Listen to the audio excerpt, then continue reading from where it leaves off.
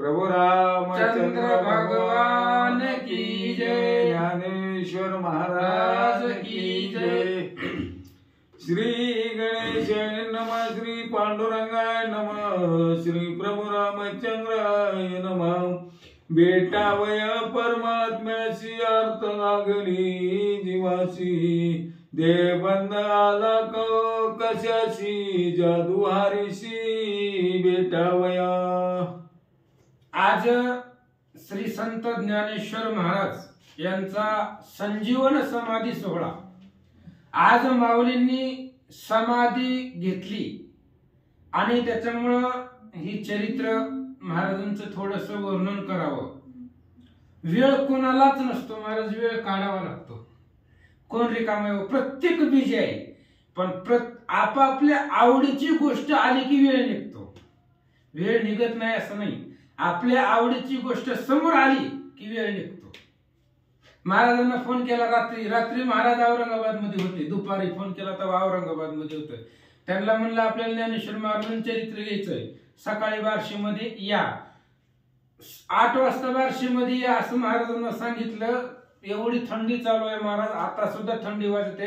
5 वाजता गाडीवरनं निघाले आणि 7:30 वाजता बार्शीत आले। फक्त आवड पाहिजे, आवडीशिवाय काहीच गोष्ट कोणतीच होत नाही। वेळ निघतो पण त्याला आवड पाहिजे। आणि महाराजांना बोलल्यामुळे महाराजांनी आले आणि ज्ञानेश्वर महाराजांचं थोडस चरित्र आहे। त्यांनी समाधी कशी घेतली, समाधी घेत असताना इतरांची अवस्था काय झालेली होती, हे चरित्राचं वर्णन ज्ञानविजय ग्रंथ आहे, अध्याय 24 आहे। आणि त्या ग्रंथामधलं थोडस महाराजांचं चरित्र। ज्ञानेश्वर महाराजांनी विचार केला, जाऊ हरीशी भेटावया। आता परमात्म्याला भेटायचं, बस झालं, आता जीवन जगलं महाराज।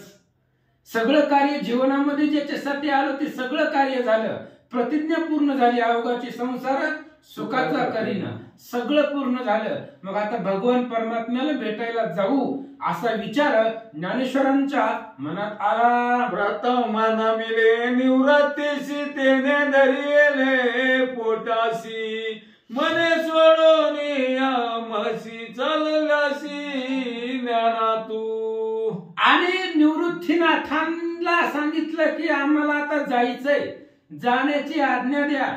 निवृत्तीनाथांनी ज्ञानेश्वरांना पोटाला धरलं, म्हणले दादा हे काही जाण्याची वेळ आहे का, वय आहे का महाराज? 20-22 वर्ष काही जाण्याचं वय आहे का?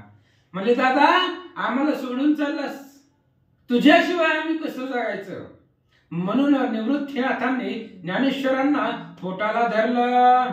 अरे आम्हा तुझ विन कैसे कटेल हे जीवन, ज्ञान किती आठवण होईल तुझी पै।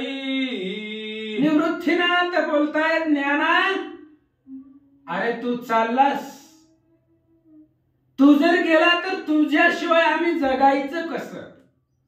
तुझ्याशिवाय एवढं असणारं जीवन कसं आम्ही पार पाडायचं? तू जर सोडून गेलास तर आम्हाला कसं ही जीवन दिवस काटायचे, कसं आम्हाला करमायचं? तुझ्याशिवाय 10 दिशा आमच्यासाठी शून्य आहेत। निवृत्तीनाथ बोलतात, तोंडावर फिरवून हात पुन्हा लिंगी निवृत्तीनाथ, अखेरची संगत पुन्हा नाही जन्मोजन्मी। आणि निवृत्तीनाथांनी ज्ञानेश्वरांना पोटाला धरलं, गाढ अशा प्रकारचं आलिंगन दिलं। आणि ज्ञानेश्वर महाराज म्हणतायत, निवृत्तीनाथा दादा ही तुमची आमची शेवटची भेट आहे, याच्या पुढे आपली भेट कधीच होणार नाहीये। कारण आता आम्ही चाललोय, परत आम्ही कधी येणार नाही। जन्मोजन्मी ही आपली भेट आहे, याच्यानंतर आपली भेट होणार नाही, शेवटची भेट आहे। महाराज बोलतात, जावनी सोपान मुक्त फाशी, हृदय धरी त्याशी, दोघे गलबलोनी हृदयाशी, मिठीत याशी मारित। ज्ञानेश्वर महाराजांना एवढीच भावंड होते महाराज। 7 जणांचे होते, निवृत्तीनाथ, सोपान आणि मुक्ताबाई. सोपान आणि मुक्ताईच्या जवळ ज्ञानेश्वर महाराज गेले. त्यांना वृत्तांत सांगितला. अफाट दुःख झालं मुक्ताईला. ज्ञानेश्वरांची लाडकी होती मुक्ताबाई. सोपान देव होते, सोपान दादा होता. दोघांनाही दृढ अशा प्रकारचं आलिंगन दिलं. ज्ञानेश्वर महाराजांनी मिठे मारले. ज्ञानदादा मा सोडून कोटे चालिला त्या गुणी, मज पाडसाची हरिणी का पक्षीनी पिलयासी. मुक्ताबाई खूप शोक करू लागल्या. मुक्ताई रडू लागल्या ज्ञानेश्वरांपुढे. दादा, आम्हाला सोडून चाललास? अरे आमच्या पक्ष्यांची पिल्लांची आई आहेस तू. आम्ही तुमची लेकरं आहेत, संतती आहे. तू आमची माऊली आहे. आणि जसं पिल्लाला पक्षीनी सोडून जाते तशा पद्धतीने तू आज आम्हाला सोडून गेले. अरे आई वडिलांनंतर तुझाच आधार आहे. आई वडील तर लहानपणीच गेले आणि तुझाच आधार आहे आम्हाला. आई वडिलांनंतर तूच आम्हाला सांभाळले आणि तू सुद्धा आज सोडून निघाला. मुक्ताई बोलतात. माय ताता गेल्यावर तू आमुचाची आधार, माय बाप बंधू समग्र तूच होतासी ज्ञानदादा. मुक्ताई सांगतायत, महाराज दादा तूच आमचा आधार आहे. आई वडील गेले. आई वडील गेल्यानंतर खूप लहान होतो, आम्हाला तेव्हाच आठवतही नसेल. ज्यावेळेस आई वडील गेले त्यावेळेस तेव्हापासून तुझाच आधार आहे. दादा तूच आम्हाला सांभाळले आणि तू आम्हाला आई वडिलांसारखं त्या ठिकाणी सांभाळले आणि तूच आज सोडून चाललास. मुक्ताई बोलतात. ज्ञानदेवाचा हात धरून मागे मागे वळी जाण, मने नको जाऊ सोडून, सोडणार नाही मी आता. मुक्ताईने ज्ञानेश्वरांचा हात धरला. दादा जाऊ नको. अरे तुझ्याशिवाय आम्हाला जगामध्ये कोणीच नाहीये. म्हणून ज्ञानेश्वरांचा हात धरून मुक्ताई ज्ञानदादाला पाठीमागे वडत होते. महाराज जाऊ नको दादा. पण ज्ञानेश्वर महाराजांचा निर्णय ठाम होता, कारण जाणं तर लागेलच महाराज. प्रत्येकाला केव्हा ना केव्हा जायचंच आहे. त्यामुळे ज्ञानेश्वर महाराज ऐकत नाही. मुक्ताईचं खूप आक्रोश आहे. रडू लागले, दुःख करू लागले. ऐका. तेव्हा बोलती ज्ञानदेवा, मुक्ते तुझ कळते हे सर्व, देहातला जीवा अवघी माव लटिकीची. ज्ञानेश्वरांनी मुक्ताईला जवळ घेतलं. मुक्ताईला सांगितलं, मुक्ताई अरे तू खूप ज्ञानी आहे, तुला सगळं माहिती आहे. ह्या देहातला जीव जर सोडला बाकी सगळं खोट आहे. सगळं खोट आहे, लठीक आहे, संपणार आहे. फक्त जीवच आत्मा आहे आणि माणूस मृत झाल्यानंतर तो आत्मा परमात्म्यापर्यंत जातो. बाकी शरीराचं काय? मेल्यावर माणूस लवकर ठेवत नाही, उचला म्हणतात लवकर. त्याच्यामुळे ही शरीर नाशवंत आहे. देहामधला जो जीव आहे तो जर सोडला तर सगळंच लठीक आहे. मुक्ताई तुला माहिती आहे, तू ज्ञानी आहे, असं ज्ञानेश्वर मुक्ताईची समजूत काढतात. तुझ संपूर्ण ब्रह्मज्ञान, माता पिता बंधुजन, अवघेची हे माया पूर्ण ब्रह्म चेतगणच होकडे. ज्ञानेश्वर महाराज मुक्ताईची समजूत काढतात. मुक्ताईला खूप दुःख झाले, कारण ज्ञानदादा जीवापेक्षा परीस आवडणारा तो ज्ञानेश्वर आज सोडून चालला. म्हणून मुक्ताईला खूप दुःख झालेलं होतं. पण ज्ञानेश्वर महाराज त्यांची समजूत काढू लागले. मुक्ताई तुला सगळं माहिती आहे म्हणले. ही बहीण भाऊ आई बाप सगळं लटीक आहे. देह आहे तोपर्यंत ही सगळे नाते आहेत आणि देह गेल्यानंतर जीव परमात्म्यापर्यंत जातो. जीव सोडला तर बाकी सगळंही लटीक आहे. सगळं तुला सगळ्या शास्त्राचं, सगळ्या नीतीचं, सगळ्या अध्यात्माचं ज्ञान तुला आहे. ज्ञानेश्वरजी बोलतात. त्या बोधेले चांग देवासी, आत्मज्ञान दिले त्यासी, आणि आता मजसी धरुणी कैसीचा चाललीस. आणि त्यावेळेस ज्ञानेश्वरजी सांगतायत मुक्ताई मुक्ताई सांगतायत ज्ञानेश्वरांना. ज्ञानेश्वरजी बोलतायत मुक्ताई तू उपदेश केलाय चांगदेवाला. चांगदेवाला उपदेश त्या ठिकाणी केलेला आहे आणि त्याच्यामुळं आज आम्हाला सोडून चालला असं मुक्ताई सांगतात. पया दाट गट बुळाला आता जावणी जरी फुटलाय पाणी जैसे तैसे त्याला फरक कसला मानवाय.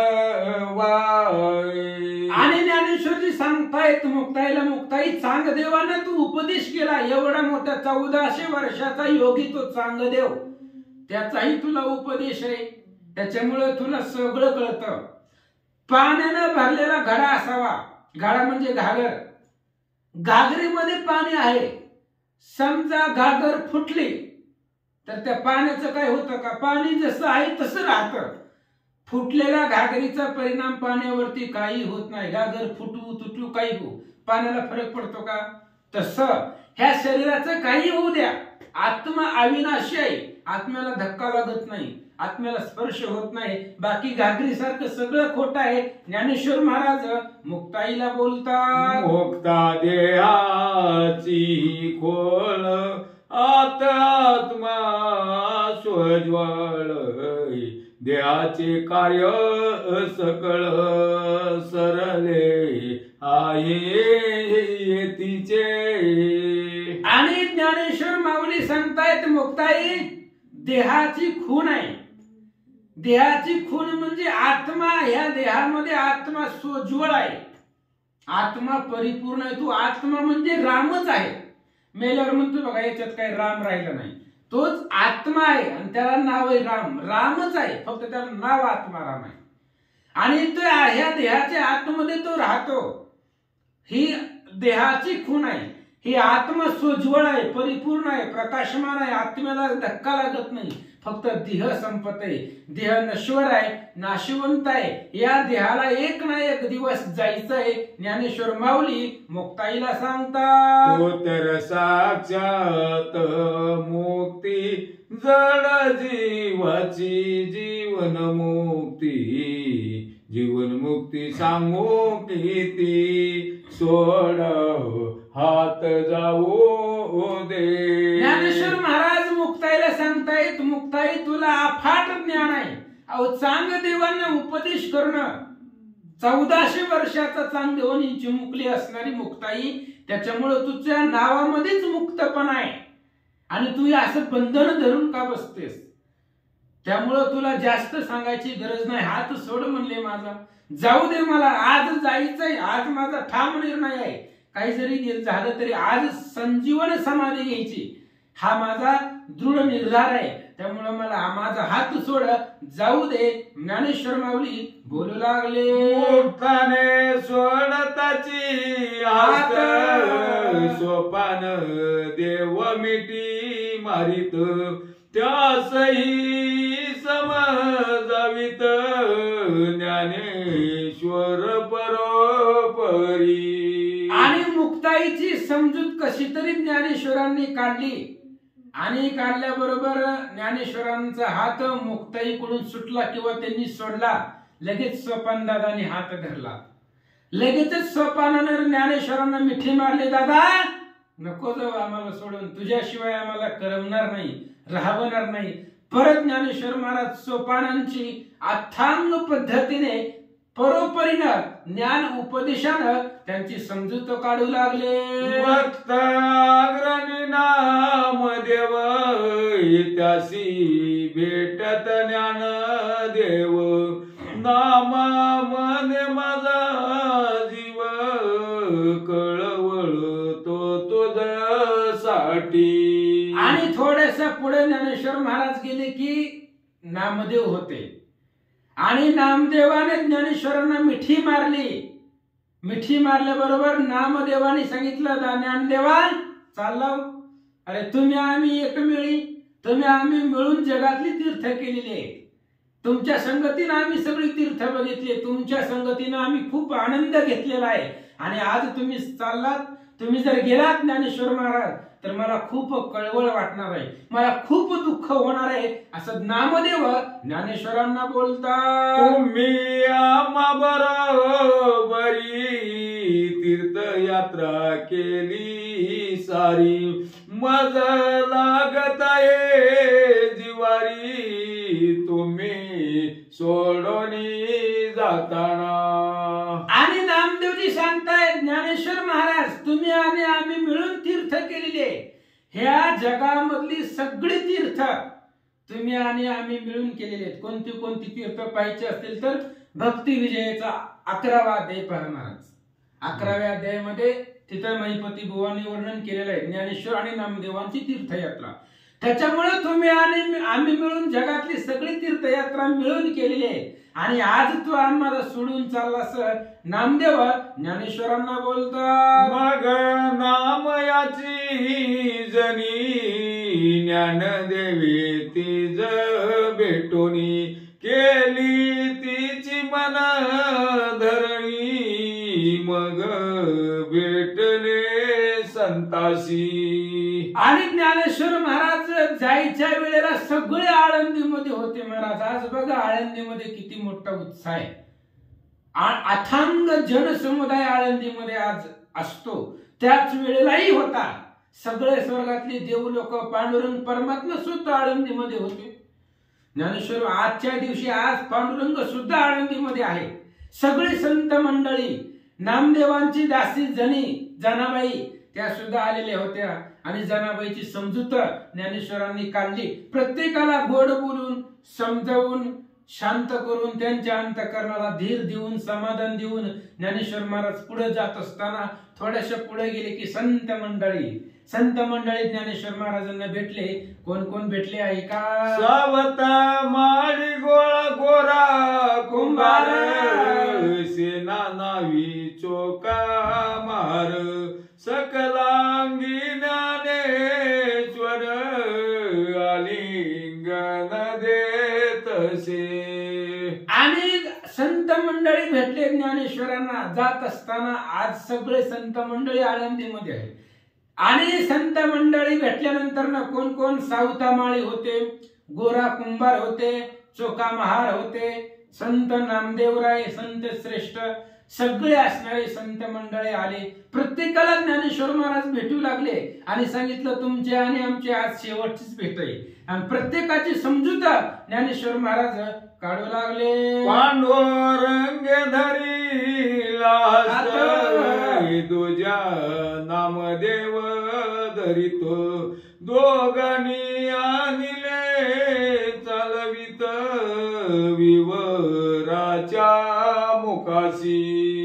आणि पांडुरंगाने स्वतः जगाचा कार्यकर्ता, ब्रह्मांडाचा नायक पांडुरंगाने ज्ञानेश्वरांचा हात धरला, दुसरा नामदेवांनी धरला.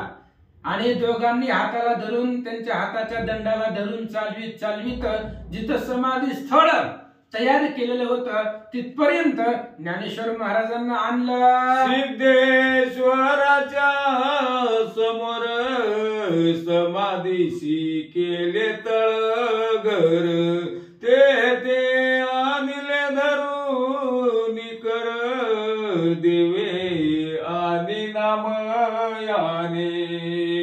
सिद्धेश्वराच्या समोर समाधीचं तळघर केलेलं होतं. ज्ञानेश्वर महाराजांचं समाधी जिथं त्यांना घ्यायची होती, सिद्धेश्वर देवताच्या समोर त्यांनी तळघर केलेलं होतं. समाधी मंदिर सुंदर त्या ठिकाणी शृंगारयुक्त सजवलेलं होतं. त्यावेळेस नामदेवांनी आणि पांडुरंगाने ज्ञानेश्वर महाराजांचा हात धरला आणि चालवीत चालवीत ज्ञानेश्वरांना त्या समाधी स्थानापर्यंत आणलं. हळू हळू पायरी वरुण ज्ञान देवासी आत नेऊन, बैसविले केले पूजन अवघे जन पाहती. सगळेजण पाहत होते महाराज. ज्ञानेश्वर महाराजांचा एक हात देवाने धरलेला आहे, पांडुरंगाने धरलेला आहे, दुसरा नामदेवांनी धरलेला आहे.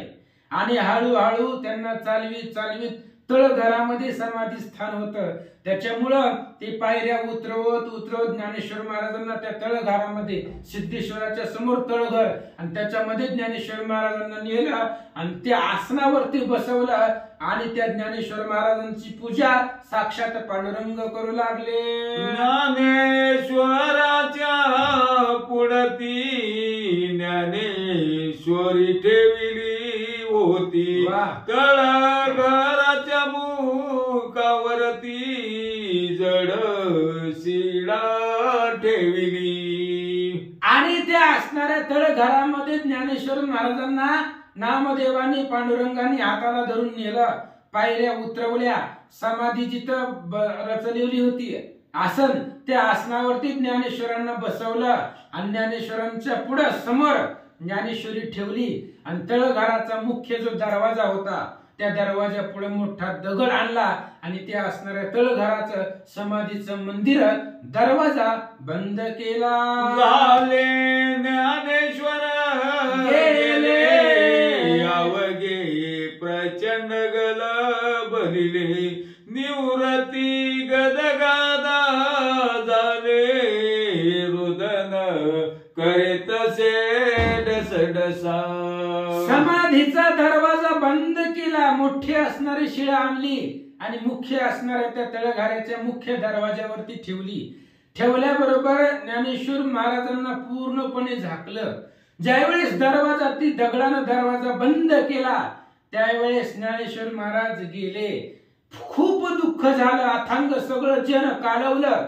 जसं पाण्यातला मासा बाहेर काढतो तैसे जनवन कालवले, तसे सगळे लोक कालवले. अंतकरण सगळ्यांचं त्या ठिकाणी दस्त झालं. निवृत्तीनाथांना खूप दुःख झालं, त्यांचं असणारं अंतकरण गजबजून गेलं. ऐका मोठा सोपन एकमेका आलिंगी ती करीती शोक. सकळ संत समुदाय देख रडतसे गदगदा. आणि मुक्ताई होते, सोपान होते, ते सुद्धा खूप आक्रोश करू लागले. महाराज जीवापेक्षा आप्त ज्ञानेश्वराने आज निघून गेले. सगळ्यांच्या समोर आपल्या डोळ्यासमोर माऊली निघून गेले, आत्ता होते.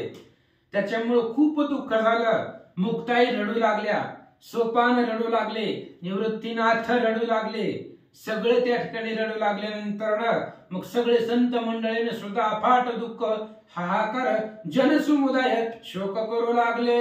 सकळ देव वरुण पुष्प वर्षेती जाण. मग जय जयकार करून देव गेले निज स्थाना. आणि ज्ञानेश्वर महाराजांचं समाधी दरवाजा बंद केल्याबरोबर स्वर्गामध्ये सुद्धा विमानामध्ये देवलोक आलेले होते. आपल्याला तिथं जाता येत नाही तरी वर्ण बघू म्हणून विमानामध्ये फुलं घेऊन उभा होते. त्या असणाऱ्या तळघराचा दरवाजा पांडुरंगाने शिळेनं बंद केल्याबरोबर लगेच स्वर्गाहून देव करिता ती फुलांचा वर्षाव त्या असणाऱ्या ज्ञानेश्वरावरती सगळ्या देवलोकांनी केला.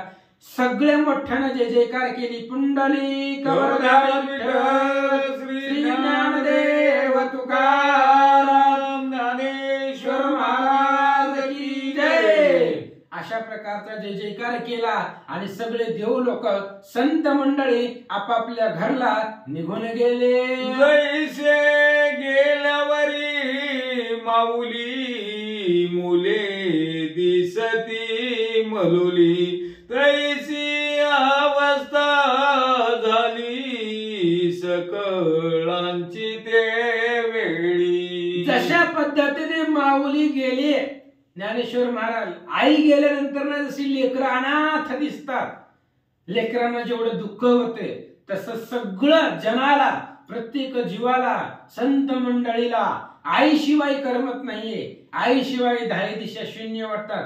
तसं माऊलीशिवाय जगाची अवस्था झाली, संत मंडळीची अवस्था झाली, मुक्ताई सोपानाची अवस्था झाली असं सांगतात. जैसा निवर्तीचा दिवा हळूहळू विलया जावा. तैसे ज्ञानदेवे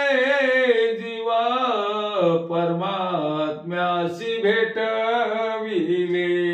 दिव्यातलं तेल संपल्यानंतर ना दिवा हळू हळू हळू हळू कमी कमी कमी होऊन दिवा संपतो, विजतो. तशा पद्धतीने ज्ञानेश्वर महाराज हळूहळू गेले, परमात्मा पांडुरंगाला भेटले.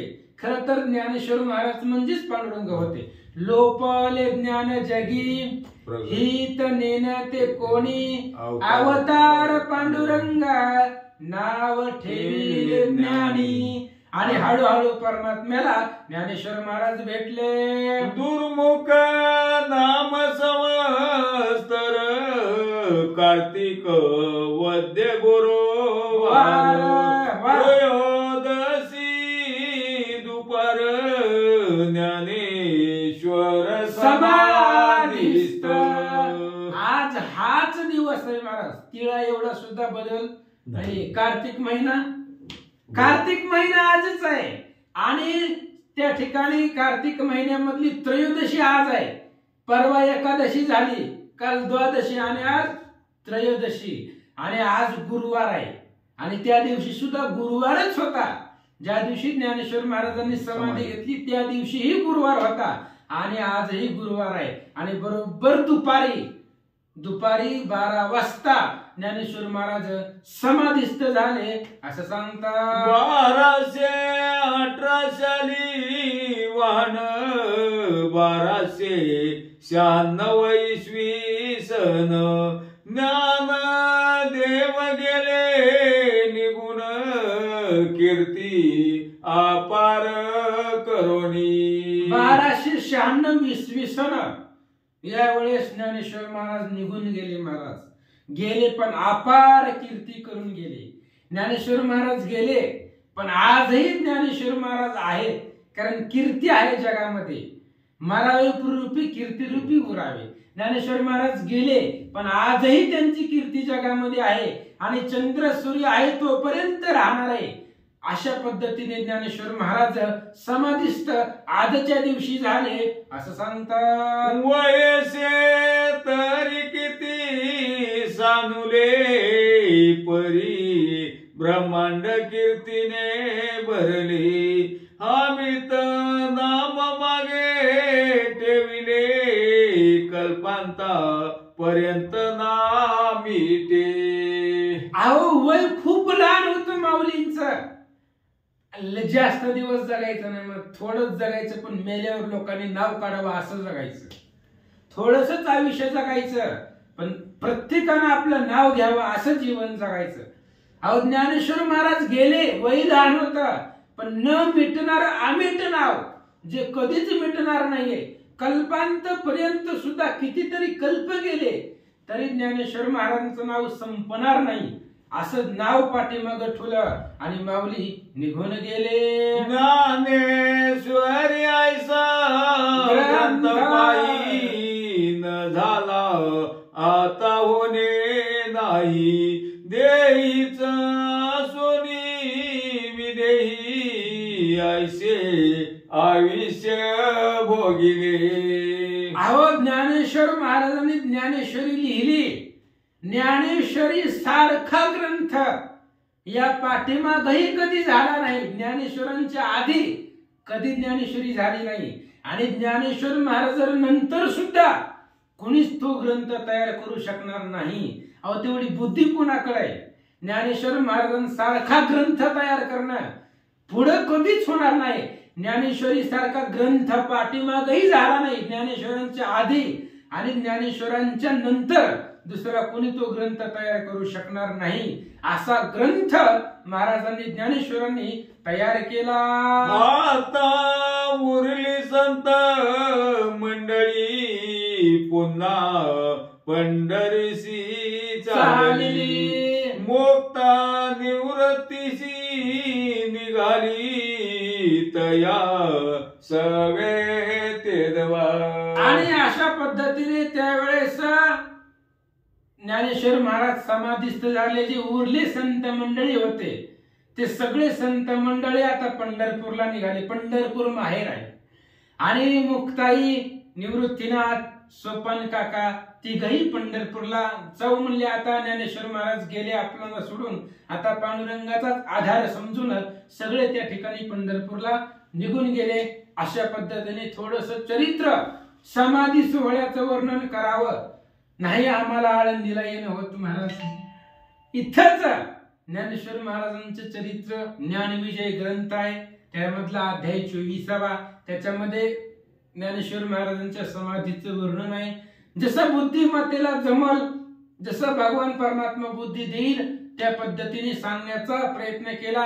आदरणीय महाराज राजभाऊ महाराज गायकवाड, सुंदर अशा प्रकारचं वाचन आहे. आणि ते खूप लांब होते महाराज, रात्री औरंगाबादला होते. सकाळी बार्शीमध्ये त्यांना विनंती केली, या फक्त या चरित्रासाठी आलेले. आवड, मी पहिल्यांदाच बोललो, आवड महत्वाची आहे. आवड असेल तर माणूस कुठेही येतो. पैसे देऊन माणूस येत नाही, पण आवडीनुसार माणूस तिथं जातो. महाराजांना फोन केला, विनंतीला मान दिले, महाराज आले आणि त्या पद्धतीने सुंदर असं चरित्र तुमच्या पुढे थोडस अल्प बुद्धीनं, आम्हाला काही ज्ञान नाही महाराज, काहीच ज्ञान नाही, उगा थोडस अल्प बुद्धीनं, जसं जम वेडे वापुडे गायने परी तुझाची मनविन, तशा पद्धतीने जगाचे महावैष्णव, वैष्णवामध्ये प्रसिद्ध ज्ञानेश्वर महाराज आणि त्यांचं समाधी सोहळ्याचं चरित्र थोडस किंचित वर्णन केलं. पुंडलिक विठ्ठल श्री ज्ञानदेव तुकाराम, पंढरीनाथ भगवान